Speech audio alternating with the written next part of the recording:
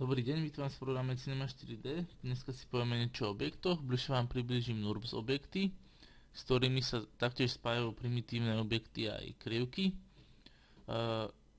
NURBS objekty sú není objekty ako také, ako napríklad primitívne alebo krivky, ale sú to generátory v Cinema 4D. To znamená, že nám vytvárajú povrch, pomáhajú nám vytvoriť hladký a zaoblený povrch. Ako prvé si popíšeme HyperNURBS objekt, ktorý môže byť aplikovaný na primitívne objekty alebo polygonálne objekty. Ja si vytvorím kocku, na ktorú aplikujem náš HyperNURBS objekt. A vidím, že sa nám naša kocka zmenila na akúsi guľu, ktorá má nedokonalý povrch.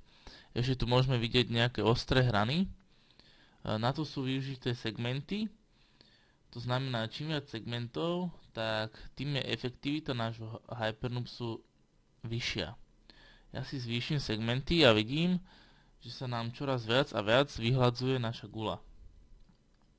Čiže to znamená, že náš HyperNURBS objekt vlastne slúži na vyhľadzovanie hrán, čiže nám ich zaobluje a vytvára hladší povrch. Ďalší NURBS objektom je vyťažený. Aplikujeme ho na text. Vyťažený NURBS objekt. Vidíme, že sa nám z nášho textu spravil 3D objekt. Môžeme si meniť jeho hrúbku 60 napríklad. A taktiež môžeme meniť aj segmentáciu. Čiže náš vyťažený NURBS objekt slúži vám vlastne na vytvorenie z 2D objektu 3D. Ďalším NURBS objektom je rotačný. Aplikujeme ho na krivku. Rotačný. Vidíme, že z našej krivky sa nám stal objekt nejaký takýto.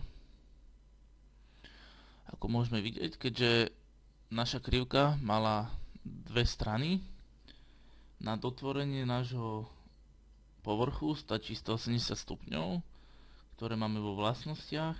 Keď dáme menej, vidíme, že nám to len menšiu časť nášho povrchu dotvorí. 90, 100. Keď dáme 180, dotvorí nám to celý povrch. Ďalej opäť môžeme meniť segmentáciu. Čím menej, tak tým náš povrch je nedokonalejší, ako to platí pri NURBS objektoch všade. Potom tu máme ešte posúv. Mínusový alebo plusový. Keď to dáme na nulu, vidíme, že to je narovno. Ďalší NURBS objektom je potažený. Aplikujem ho na hviezdy. Vytvorím si viacero hviezd. Tuto zmenším. Posuniem ho troška.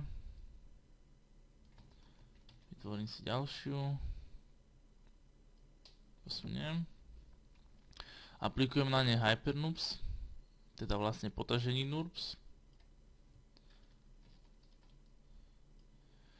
Vytvoril sa nám nejaký takýto objekt, ale mám zlé poradie, čiže si zmením ešte poradie. Hviezda musí byť na začiatku, v strede. Takto. Čiže potažený NURBS objekt nám vytvára akýsi povrch, nám dotvára. Môžeme si tu meniť vlastnosti taktiež v manažéri. Máme tu opäť segmentáciu ako v každom.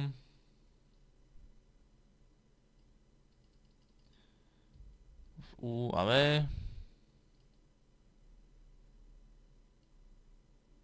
Opäť čím menej segmentov, tak tým je efektivita nášho NURBS objektu menšia.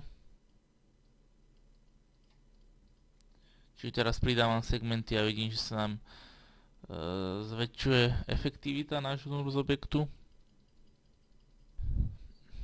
Čiže opäť nám NURBS objekt slúžil na dotvorenie povrchu. Ďalším NURBS objektom je protažený. Vytvoríme si špirálu a kružnicu.